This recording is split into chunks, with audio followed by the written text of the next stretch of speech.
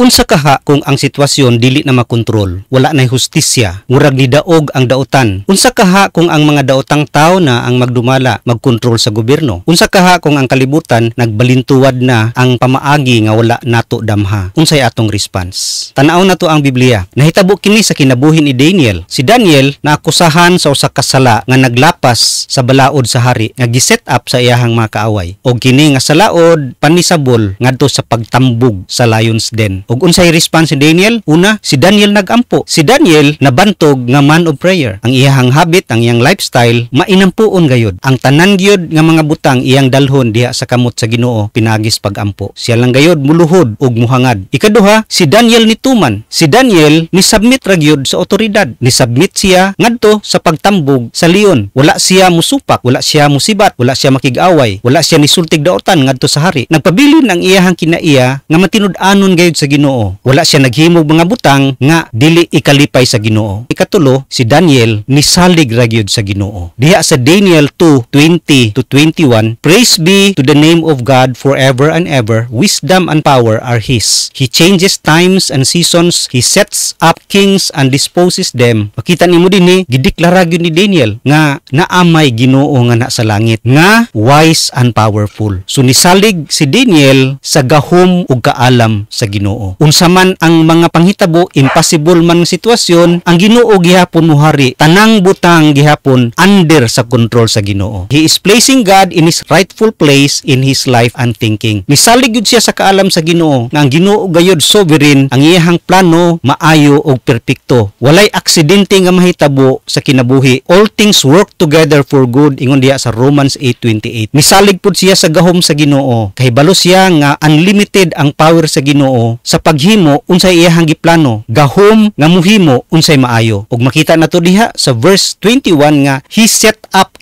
kings and disposes them. Siya ang magbutang og hari, siya pod magpahawa og hari. Ingana siya kagamhanan. Ang pagsalig gyud ni Daniel ni sangpot ngadto sa nindot kaayo nga resulta nga maoy proof nga maayo gyud ang plano sa Ginoo. Makita nimo nga pinaagi atong panghitabo na ilhan ng Ginoo og sila nituo sa Ginoo. Og nabayaw pod ang servant sa Ginoo. Si Daniel na promote sa iyahang posisyon og na-expose pod ang mga false gods sa Babylon. Dili gyud ito tinuod na Ginoo. Og na-expose pod ang iyahang mga kaaway. Nasakpan nga giset up lang di ay si Daniel aron matambog sa leon kay nagsilos sila kang Daniel. Daniel handles a situation beyond his control with wisdom and faith. Pinagi sa pagampo, pagtuman o pagsalig sa Ginoo sa iyahang kaalam o gahom.